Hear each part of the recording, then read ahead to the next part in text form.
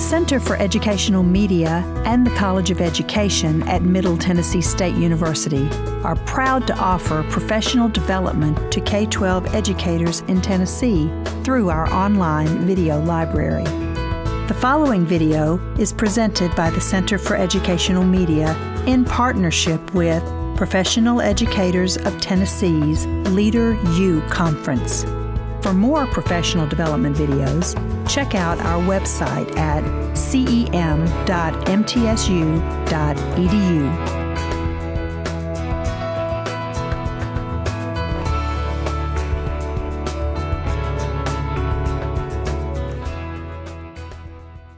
I'm Dewey Escanons with Professional Educators of Tennessee. I've been with them since 1991. I've been on the board of directors since 1993. I am here to introduce you to Dr. Timothy Drinkwine. He's a native Nashvilleian and a 1998 graduate of John Overton High School. He attended UTC and completed his degree in the School of Education with a focus in secondary education and a specific concentration in the social sciences.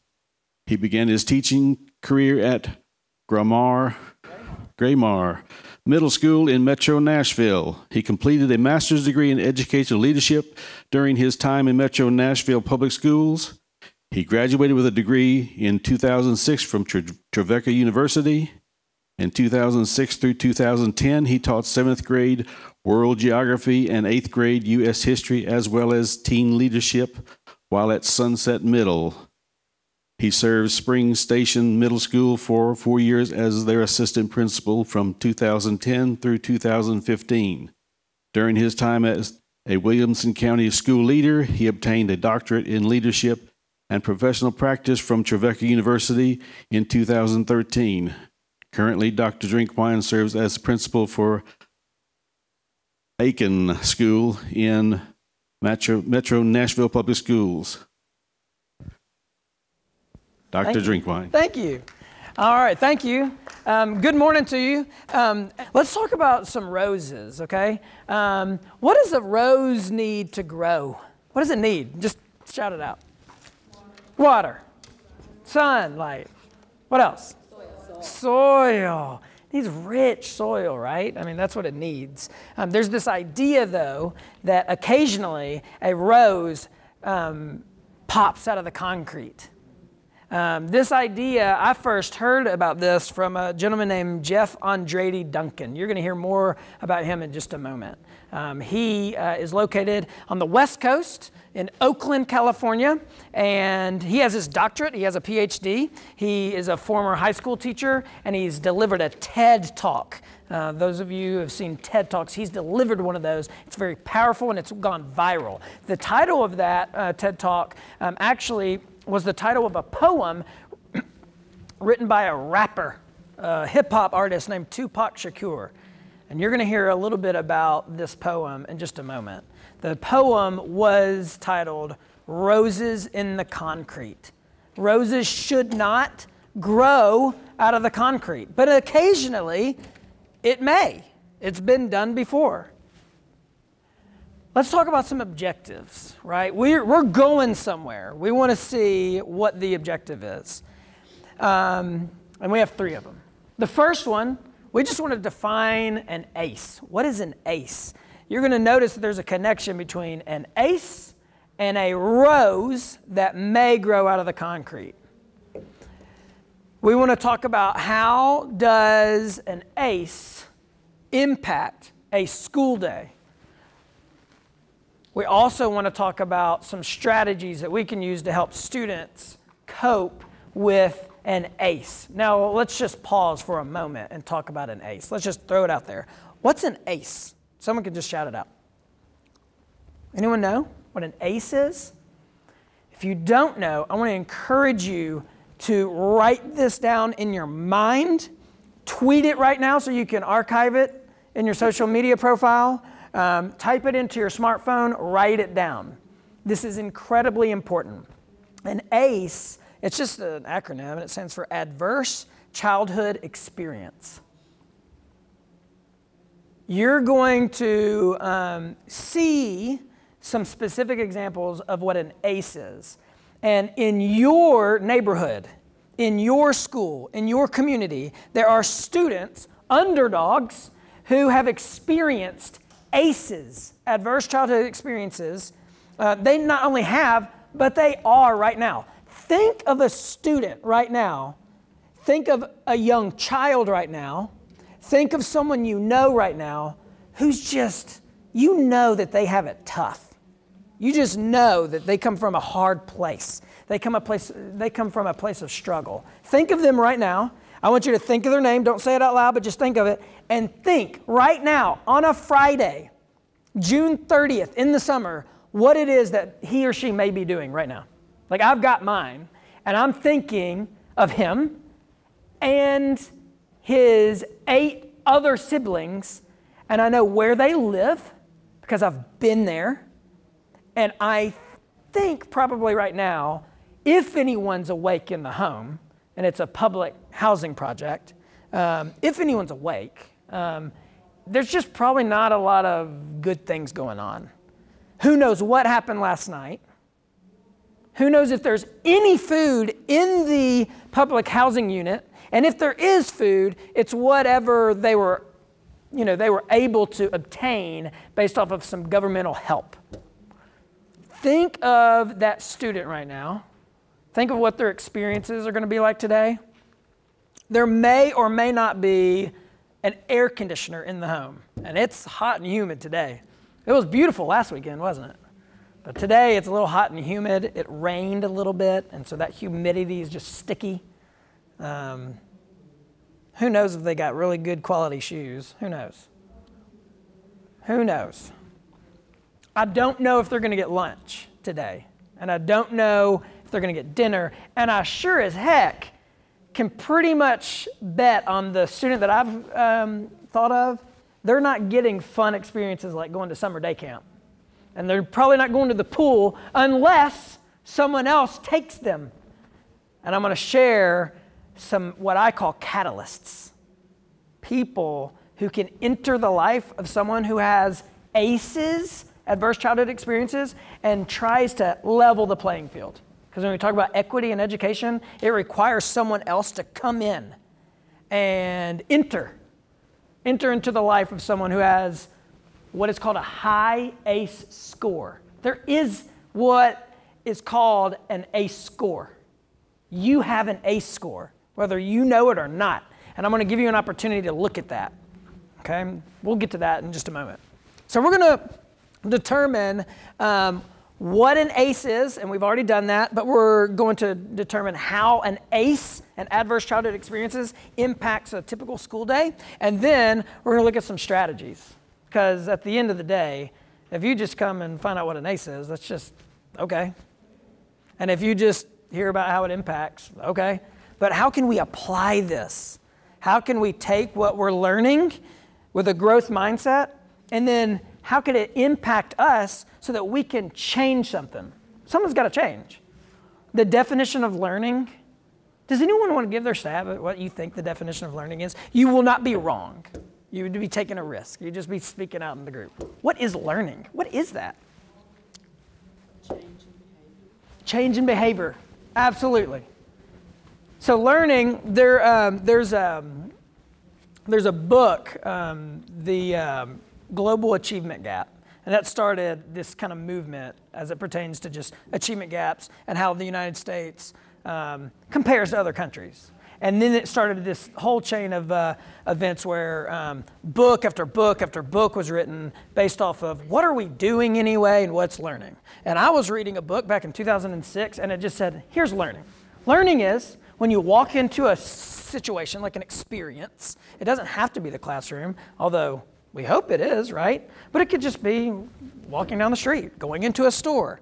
And learning is when you experience something, and it either affirms or confirms what you already know, that's learning, or you are confronted with something, some information that's going to change what you thought previously was a certain situation or was a certain reality. So it's just a change, right? Or it's an affirmation or a confirmation. So hopefully today you're sitting there and you're going, okay, I already knew what an ACE was, and this affirmed it.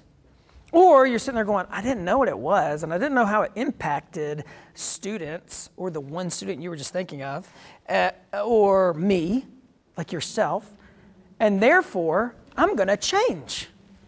I'm going to change my behavior maybe, okay?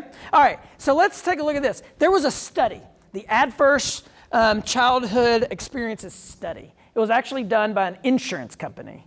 This study was huge, massive, because they wanted to figure out how do these adverse childhood experiences that you and I have, like we have them, or at least we're exposed to them, how do they impact our lives, our livelihood? At the end of the day, it's about money. Insurance companies were having to pay and having to support all of these humans, you and I, who have issues. We all have issues. And they were trying to figure out, how is this happening? We're paying more and more money, more and more premiums. All these individuals, they're coming to us, and it seems like we're becoming more unhealthy by the day. There's a reason why, okay? Now let's dive a little bit deeper, and let's talk about 3 types of ACEs, okay? Here are 3 types of ACEs: abuse, neglect, or household dysfunction. These are 3 types of ACEs, although there are many more. There are many more, but these are 3 types. Now, you may remember I said you and I have ACEs. Now, you may be sitting there going, hold on, wait a second.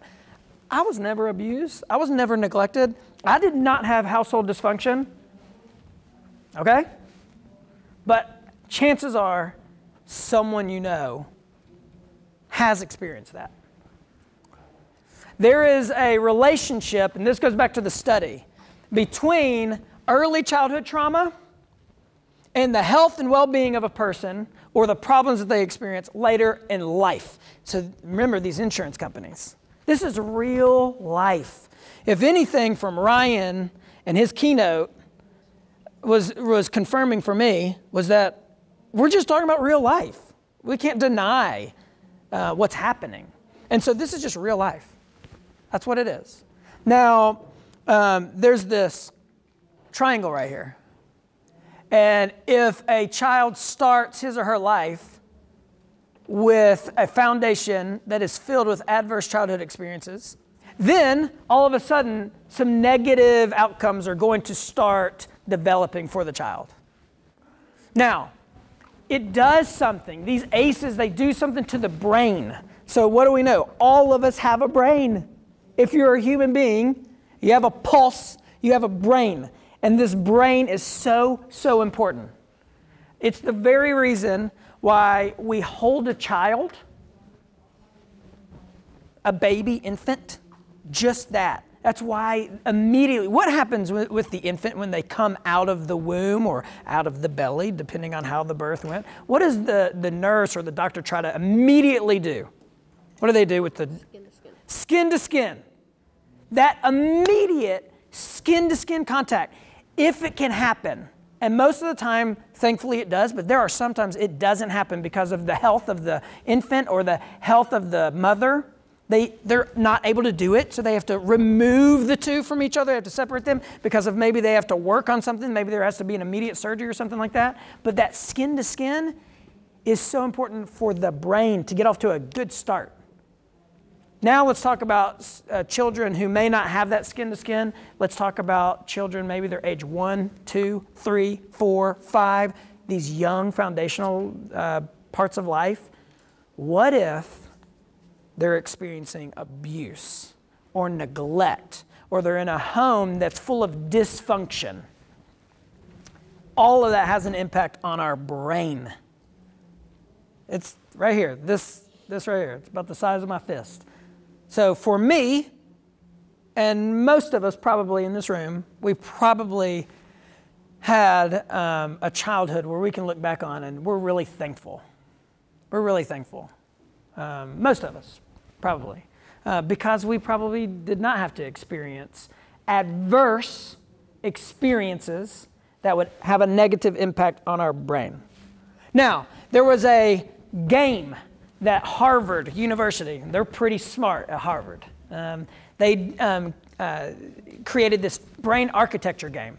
And I and my wife and our 2 children were about to embark on some pretty significant life change. So my wife would not allow me to buy the game. You have to buy this game. It's an amazing game, but I was thinking about buying it, but instead I talked to a good friend of mine who just graduated from Vanderbilt. She's a behavior analyst. She's very intelligent. She has led this game before, and I said, is there a pared down version of this brain architecture game? She said, yes. So we collaborated, and we are going to play this game today, okay? Now, it's not a competitive game. Those of you who are like competitive, and you're like, oh, I want to win.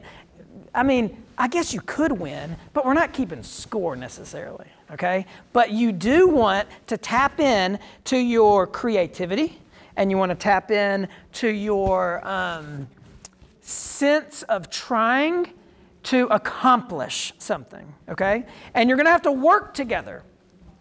You probably want a group of about 4 or more. So if you're a pair, I would just partner up, okay? So 4 or more. So you'll trust me. You may be thinking, oh, I got to get up. I don't want to do this. I don't want to meet new people. But guess what? In about 10 minutes, you're going to be thankful because you don't want to do this with just you and maybe one other person, okay? All right. Now, like any good cooperative learning experience in a classroom, we need to define some roles, okay? You can have a group of 5, a group of 4 is perfect, 4, 5, that's perfect. Y'all are great. Y'all look great, too. You look great. Okay, like any good cooperative learning activity, you've got to have some defined roles. And one defined role that we need is an encourager. Talk for 30 seconds and decide who's going to be the encourager. Ready, go. Okay, another good indicator of a good cooperative group is you got to have a materials manager, a supplies manager. Pick that one person in your group, and that person is going to be the person who comes up to me, and you're going to grab some items. Ready, go. You're going to come and get them. Right now. Okay. You're going to grab some pipe cleaners. You can pick 4 of any color. Just 4 individual ones? 4 individual ones. Okay. You can go multicolored. You can go monochromatic. There you go. Be a risk taker. Excellent. Trying to get one of each. Yeah. Good job. All right.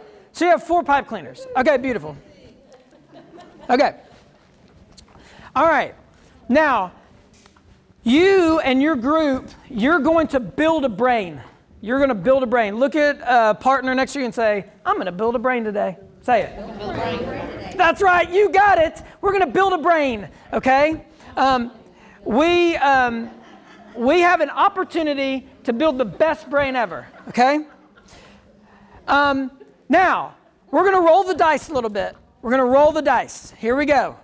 You and your group, you have about 15 seconds to talk amongst yourselves. You're going to pick a number 1 through 6. Choose wisely. 1 through 6. Choose wisely. 1 through 6. It could be any number 1 through 6. And then when you tell me your number,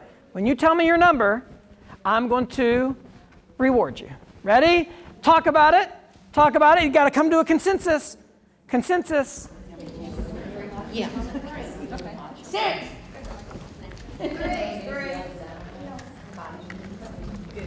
Okay. All right. Have your number ready. Okay. I heard 6, 3, 5. Do we have a number over there? 3. Okay. All right. Here we go. Here we go. You all, you're pretty fortunate, actually. You'll see why. Okay. So your job, depending on your number, so the corresponding number that you chose is over here. Okay. So I heard 6. I heard 3 twice, and I heard 5. So we're going to have the following, okay? Who said 6? Woo! Don't be jealous of our group with 6, okay?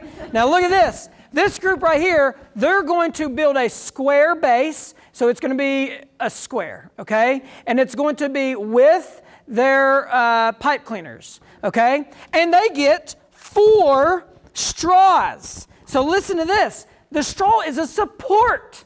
The straw is a support. So watch this. I'm going to model for you. Let me have one of yours, okay? So right here, I'm going to take this support, and I'm going to be able to thread it through right here. And then I'm going to build a square. So I'm going to have another pipe cleaner with a straw, group 6, and then another pipe cleaner with a straw, and then another pipe cleaner with a straw, and I'm going to build a square. Who said 5? Be honest. There you go, 5. So you get to, guess what? You also get a square base, but you only get 2. You only get 2 supports, okay? You get 2 supports, okay? And then our group who chose 3, I'm so sorry. You're going to have to do a triangle base, but guess what? You do have straws. Who was our 3? Here's the base. You're going to see how to build it, okay? You need some straws, don't you? 3. They were like, I need my support. Okay, here we go. So listen to this. Oh, what do you need? 2 straws. Perfect.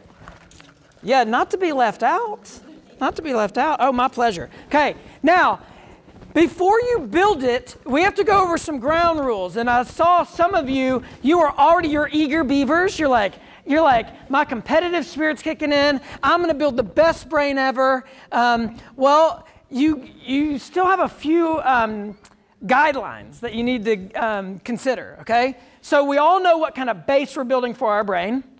Now, what's interesting about our eager beavers is they're just thinking that the brain is just this part. But no, this brain is multi-layered. Think of a child and a child's brain. It's not fully developed when they come out of the womb. It takes a long time. There's a lot of experiences that a child endures throughout his or her life. And then what is it said? What's the statistic? It's like age what before we're fully developed? 22. It's like 22. And my wife would say, no, not for you. Like, for you, it's like 36. Like, yours just developed. All right, so here we go. Here's some more ground rules, okay? You're going to work as a team to build the brain. You must, and that's in all caps for a reason, you must use all the supplies given to you, except unless you're a group who chose 3, the number 3. You're only going to have 3 angles, so I'll just take your other pipe cleaner. Where's your other pipe cleaner? Number 5. Oh, it's putting me in my place. All right. You're good? You're good? Okay, perfect. Good. We can't use that for extra. Did you hear this question? We can't use this for extra support? Think about the child. Think about the child who needs extra support. Let's talk about some empathy. We're going to talk about empathy too in just a few minutes. That's a great question. I know you would. All right. You must close each pipe cleaner at the end by connecting it to another pipe cleaner. So the reason why I collected these is these groups, they didn't choose what, they rolled the dice and they chose their number. So I got it, and B, because I'm going to model, because any good educator models, right? Okay, so here we go. I'm going to connect these. I have to connect these at the end, okay? So these would be connected. So if I'm building a triangle, these right here may be these 2 angles, then I'm going to connect one right there. That creates my triangle. If I'm creating a square, those are 2 of my sides, and I'm going to connect right here at the end, down one side, and connect down here at this corner and over. So you have to connect at the corner. That's very important, and I'm not tricking you on that. You just want to make sure you do that, okay? You don't want to take like one pipe cleaner, and then with one pipe cleaner, you're creating your shape. That's just not going to work, okay? Now, your team needs to be ready for life's unexpected blessings and unexpected setbacks. So just get ready, right? I mean, did you choose everything? Did you choose everything that happened to you in your life? No. Does the child that you thought of earlier, I know the student that I thought of earlier with his 8 siblings, he did not make an active choice for where he's living right now, or what food is not in the governmental housing unit that he's currently living in.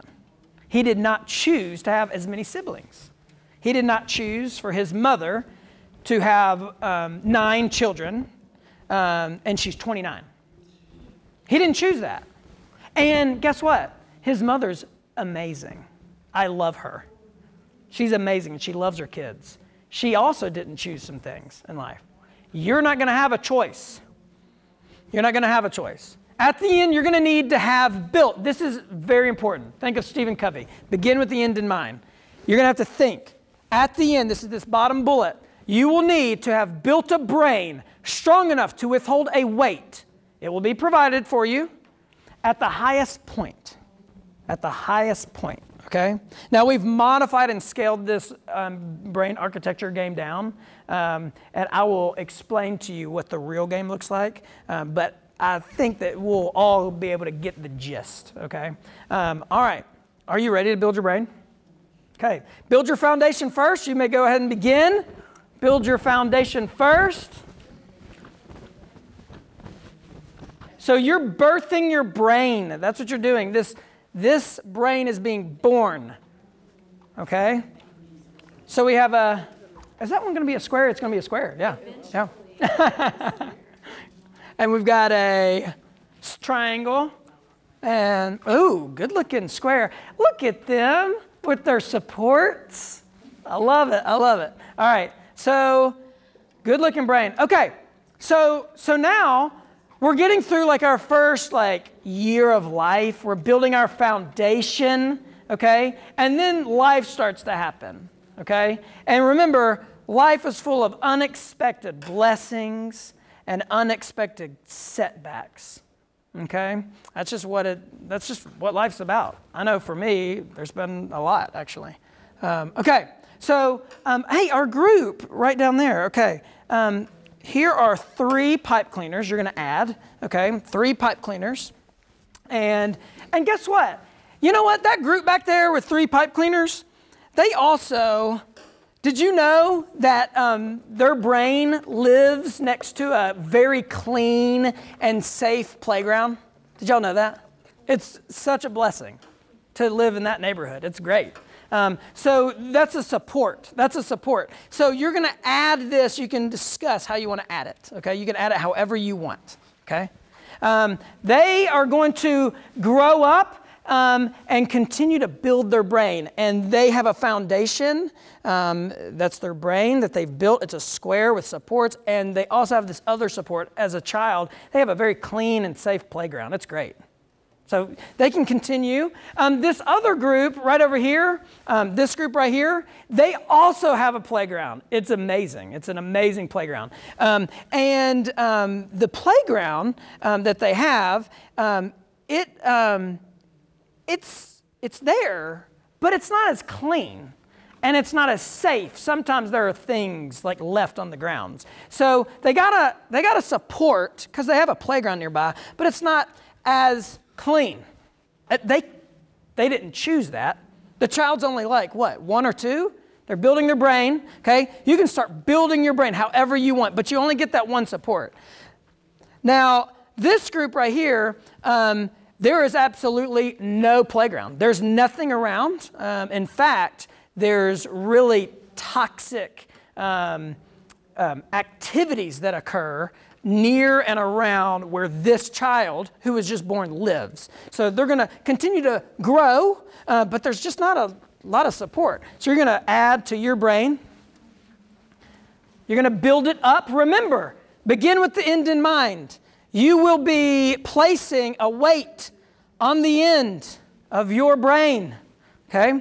Now, this group right here, they have a playground, and it is clean. It's actually in an urban area, but the urban area, it's been recently renewed and restored, so it's a clean playground. But you know what? It's a little unsafe. It's still a little unsafe. Occasionally, there's some crime. So you got a clean playground. It's been restored and renewed and all of that, but sometimes there's some crime, okay? So there's yours. You're just going to add. You're just going to build your brain. Yes, yes. I mean, we're not talking high. We're just talking highest point. That is true. That is true. Highest point. So we're at age, 2 or 3 right now? Yeah, so I'm thinking you got some more foundation to be laying. Okay. I mean, I'm not living in a house with no foundation. There you go. A house built on what? Sand? It's going to fall? Yeah. Discuss with your team. So there's not a specificity for the highest point. It's not like it's got to be. Correct.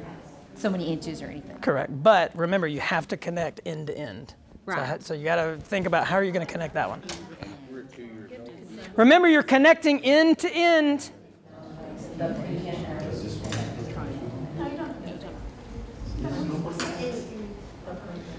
Okay, you know what?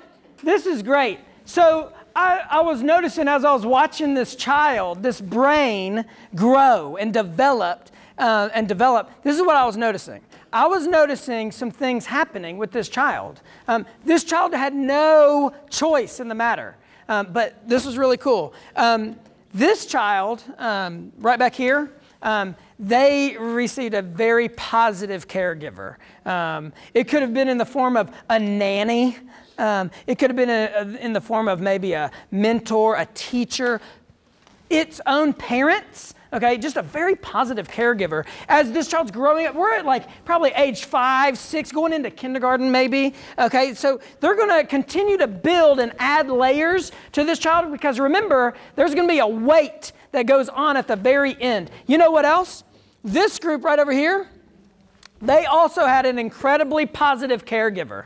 Very positive. And I was just so grateful because they were near a clean, restored playground, but there was a lot of crime in the neighborhood, so they need that positive caregiver to keep an eye out.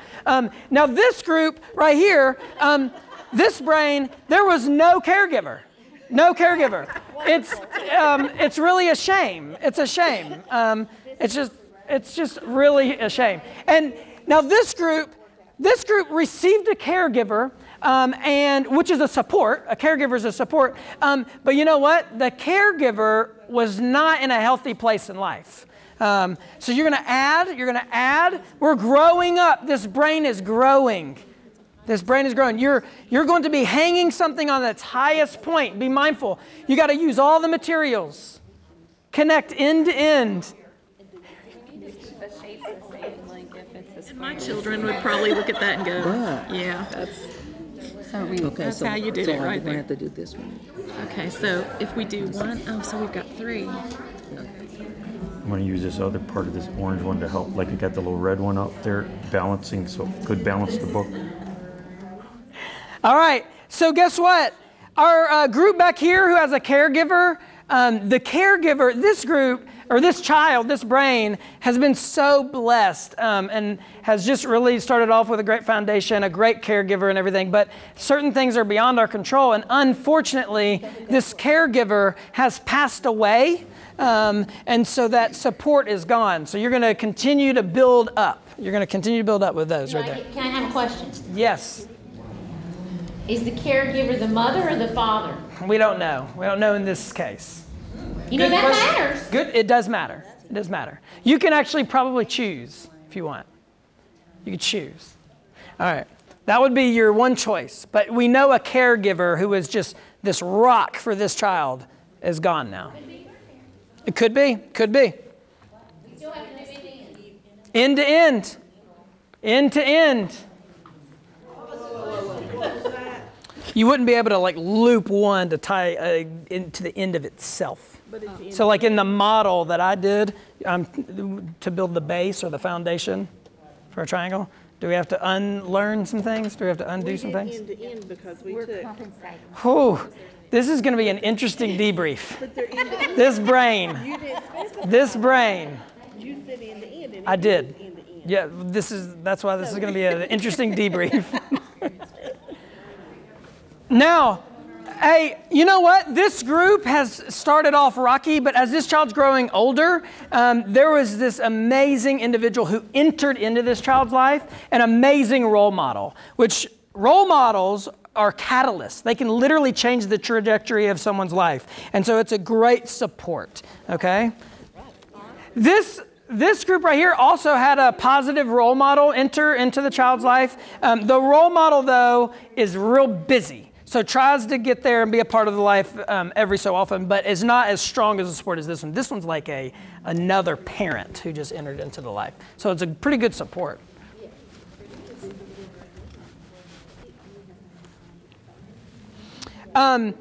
This child, this brain, unfortunately, has had someone significant in his or her life who has really started to abuse drugs and alcohol, and so this young brain, did not make this choice, but has been exposed to a pretty severe drug and alcohol problem.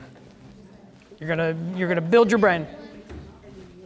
What was the middle one that you just said? Oh, a really good support. It's a really good role model. It's just the role model is not as consistent as yours. Okay. So you're gonna hang the weight to the highest point.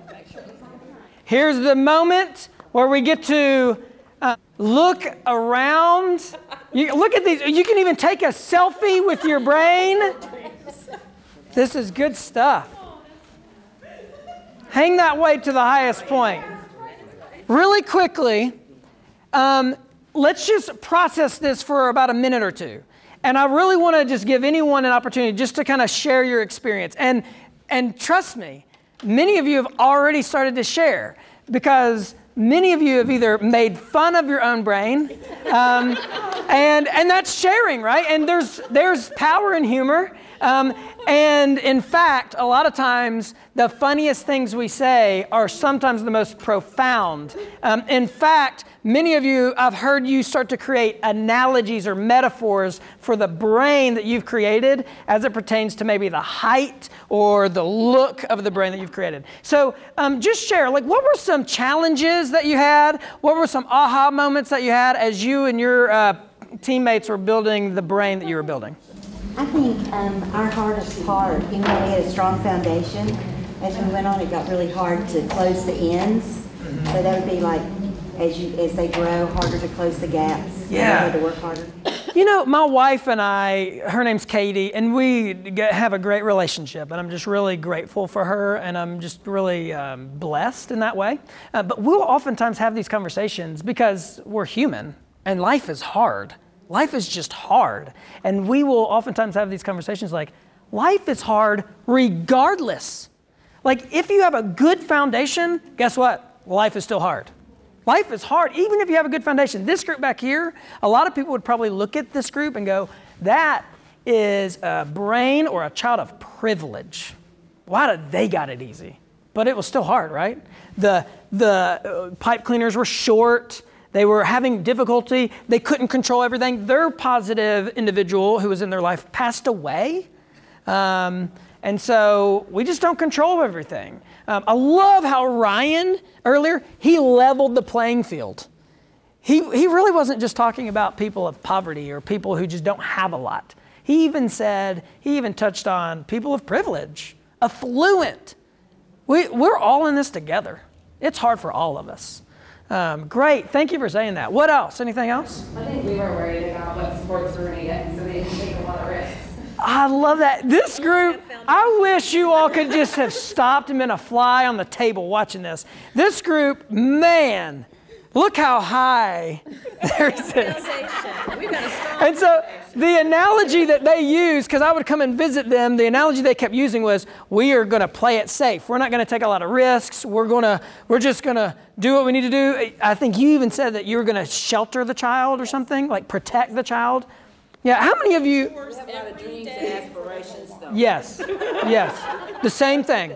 Yes, unfulfilled dreams and aspirations. And you know what? Guess what? How many of you, like me, have known someone who was incredibly sheltered growing up? Has anyone, like, just raise your hand. Like, me too. And oftentimes I think, like, why? Like, why were you robbed? Like, and guess what?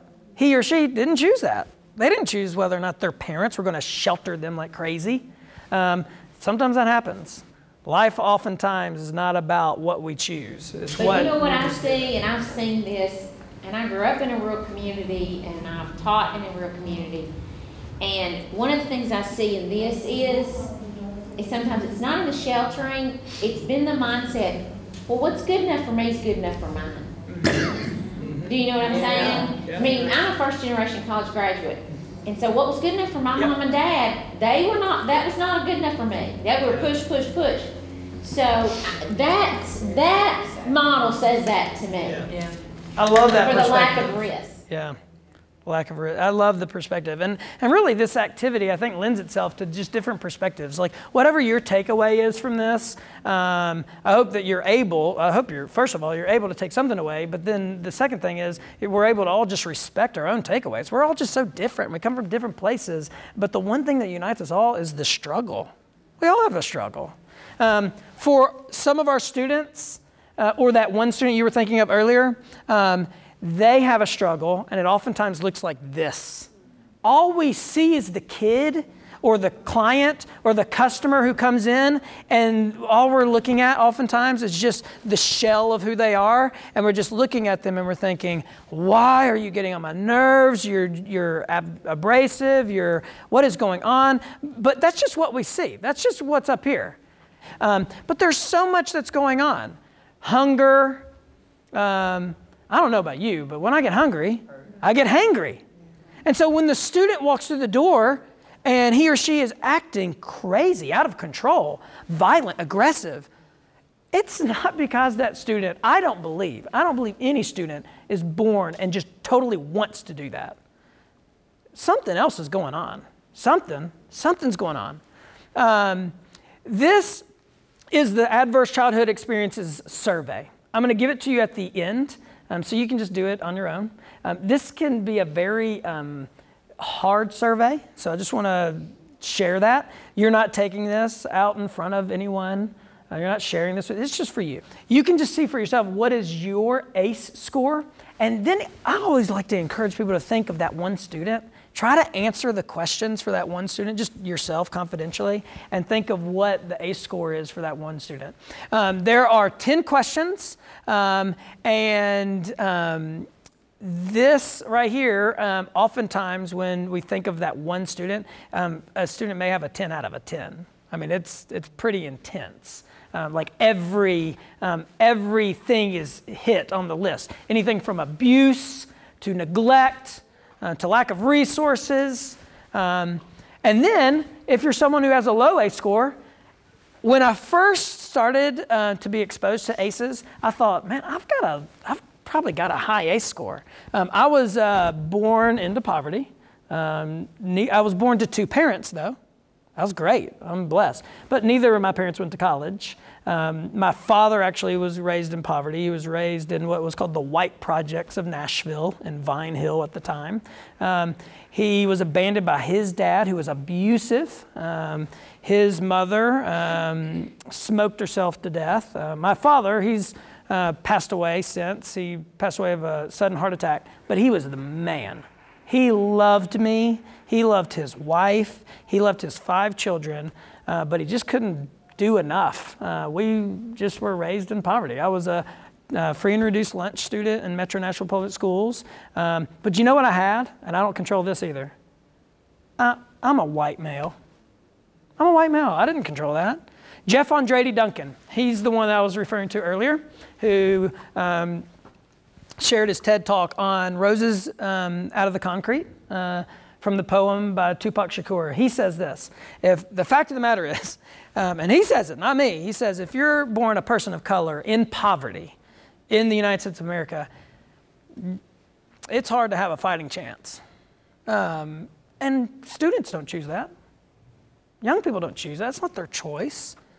So when I took it, I had a lot to be thankful for. Even though there were many setbacks. I had a lot of blessings, a lot of supports. So maybe you'll take that, and that's how you'll respond. Yes? As school leader, have you done this with your staff to understand your staff? We have, and we've been very careful when we do it. Yeah, we're very careful. But I'm sure it would be helpful as a school leader to understand your staff at a deeper level. Sure. As far as guiding them, in their growth. Sure. We've done a poverty simulation. We've done some ACEs work, and then we collaborate with an organization called the Oasis Center, and they've come out and helped us with a privilege seminar, basically, because we all come from different places. This is Jeff Andrade Duncan. He is the man. If you can spare 13 minutes of your time, you gotta watch the TED Talk. It's powerful. It's amazing. It's just 13 minutes, and you will be inspired. Roses in the concrete. This idea that when we see a student who's made it, who's come out of the concrete, when you meet an adult who shares their story with you, and it turns out that they were born into a family of struggle, but yet they have a lot of accomplishments, they're a rose. And Jeff Andretti Duncan quotes Tupac, and he says, Tupac, as he's writing this poem, he says, you're not looking at the rose and questioning the damaged petals. That's not what you're doing. Of course it has damaged petals. It came out of the concrete. What you're going to look at is you're going to look at the tenacity of that rose. You're going to look at that rose and be in awe. You're going to be inspired by the rose who fought through struggle. Ryan, my good friend Ryan, he's a rose. He's a rose, and I will embrace him. Let me ask you this. Tell me what that is. What do you think it is? There's no right or wrong answer. I mean, it is what it is, but you can just, what is that? Midnight. You can't really tell, can you? He's in the middle stage. Hey, what about, if I gave extra credit, you'd get it. I don't know if you heard him. He said, it looks like what? A rock concert. A rock concert. Look at this. I went to a rock concert on Saturday up in Columbus, Ohio. And it was at the Nationwide Arena, packed, 15,000 strong. And there was this moment where everyone, you don't take out your lighters anymore. What do you take out now? Your cell phone. So everyone started taking out their cell phone. And I know that it's still a little bit difficult, but right here, it's really difficult. It's dark. You can see the singer on stage. That's pretty much it. Some light filtering through the concourse curtains. There are curtains right here, and that's the concourse. That's the light. Some steps right here. This is where I was sitting. And then this happened. One light, and then another light, and then another light, and then another light. And I wish the picture did it justice, but literally I looked at who I went with, and I was like, you can see everything. There were no lights on except one by one these cell phones. You are the light. I am the light in a world that desperately needs it. We have students all the time who are just looking for the light. And if we just turned it on, we would brighten up the room. It's amazing. This is one of my favorite Pixar movies, Inside Out. Eric Jensen's work. This is Eric Jensen's work. Eric Jensen did some work, and he said, we have 6 emotional traits that we're all born with. 6. How many Inside Out characters are there? 5. He left one out. So what are the 6? We have what? Anger? What? Fear? Joy? Disgust? Sadness? And surprise. We're all born with those. Guess what we're not born with? We're not born with empathy. We have to teach that. Think of your students who come in and you're seeing the tip of the iceberg, and they're fighting you, and literally, they're punching you maybe. Maybe they're saying expletives. Maybe they're 6 years old, and they are doing things that you never thought possible from a 6-year-old. We have to teach. We have to teach what empathy looks like, what care looks like. We got to teach that. Here is Maslow's triangle again, that pyramid. You saw that earlier today. I'm going to show you really quickly what we've done as we close. This is what I've had an opportunity and privilege to be a part of with our students who have ACEs. So remember we talked about practical things? This is what you can do. If you're already doing it, remember what learning is, then let this affirm you. Let it encourage you. So for love and belonging, we want every student, it doesn't matter. At Aiken Elementary School, we're inviting every student to come read in the park. Just come and read, every student. We'll knock on doors, we'll go to home visits, we'll do a call out, we'll send it out on Twitter, we'll send them paper information, we'll hire a family involvement specialist and spend our own money to make sure that we do that, because reading is so essential. And every student, we want every student to belong. Every student, every student, every student. This safe and supportive environment, safety and security, we're gonna act goofy around these students. We're gonna wear horse heads and just to get us to laugh, because laughing levels the playing field in my mind. If we can just laugh, let's just laugh. Those are my boys right there. Love those guys. We're also going to allow the basic needs to be met at school. So none of this like, oh my gosh, she or he is sleeping in class. Okay, what's below the tip of the iceberg? Maybe he or she didn't get a good night's rest. Let's just allow it. It's not dumbing down. They're not going to be able to attend to the rigor if they're tired. That's how I am, at least. I'm that way. I love this picture. Our assistant principal, Dr. Holland, she's amazing. This is her adopted son. He's the man. And we have another student who comes in, and the student to the left, he has off the chart adverse childhood experiences and just struggles, just take my word for it. But you know what? Andrew just had a baby niece born. Andrew doesn't know how to change a diaper, but my man to the left does. And he couldn't be successful one morning. He would have been suspended if that was our mindset. We would just suspend him, go home. But he knows how to change a diaper. So Dr. Holland said, hey, I'm gonna get Andrew to come down here. I'm gonna have the student to the left teach him how to, everything changed. Let him be he's gonna be the teacher now. He feels connected, proud, because he just had another sibling. Again, if a student needs to sleep, let him sleep. If a student needs a coat, give him a coat. If a student needs to wear a coat, because this is against the dress code, you got to take your coat off, put it away. That's what you got to do. But this student does not have any heat and air, 0. And then jumps on the bus in February. That's when this was. This is not this past February, but the February before, when we had that massive freeze and those 5 days off. So this student was just freezing in a state of cold. Wear your jacket. We're going to pick our battles. We're going to pick our battles. We're reading with kids in the park again. We're having fun. We're getting messy. We're going to engage parents. This is my mother. So this is my mom, and she's part of the work. This is not what she does for a living. She's not an educator, but she wants to help. So we're doing whatever it takes, and we're living with our families on the weekends. We're picking them up and going to the swimming pool in the summer. It just doesn't stop at 3 o'clock. It just doesn't.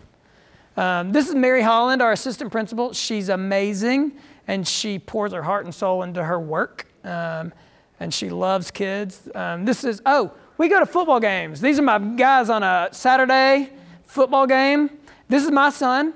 Many people would see him as a person of privilege, and he probably is. But I want him to grow up knowing that there's more to life than just privilege and himself. Like, be others-centered. There's Mary again, loving on kids. Miss Diane, loving on kids. And what happens is this infection starts, and it just becomes infectious because we have students who have adverse childhood experiences. They don't choose them. It is not a choice. And we're reading in the park, and we're smiling with kids. We're letting them sleep if they need to sleep. ACEs, they do last. I mean, what you're born with and what you're born into, it just lasts. It's part of your DNA. It's who you are. But nothing's ever too late. I think you've seen some examples of that today. I love that quote. We are the decisive element. You can replace classroom with workplace, office, cubicle. all about us and our choice on how we want to handle the deck of cards we've been dealt. I want you to think about that question, just knowing what you know. How does that impact us? I do want to acknowledge this is Mary Sunderbury. She's done a lot of research on brain research and trauma-informed schools and toxic stress. This is Mary Holland. This is Aiken School, cute little school in Nashville. And this quote, Frederick Douglass, the man, love it. It is easier to build stronger children than it is to repair broken men. How true is that? It's powerful. So as we just move forward through the rest of today, I just want to encourage you, think of that one kid. Think of ACEs and how they impact kids and how you can be forgiving and allow yourself to see below the surface of the water as to what is below the tip of the iceberg. There's a reason why students behave the way they do.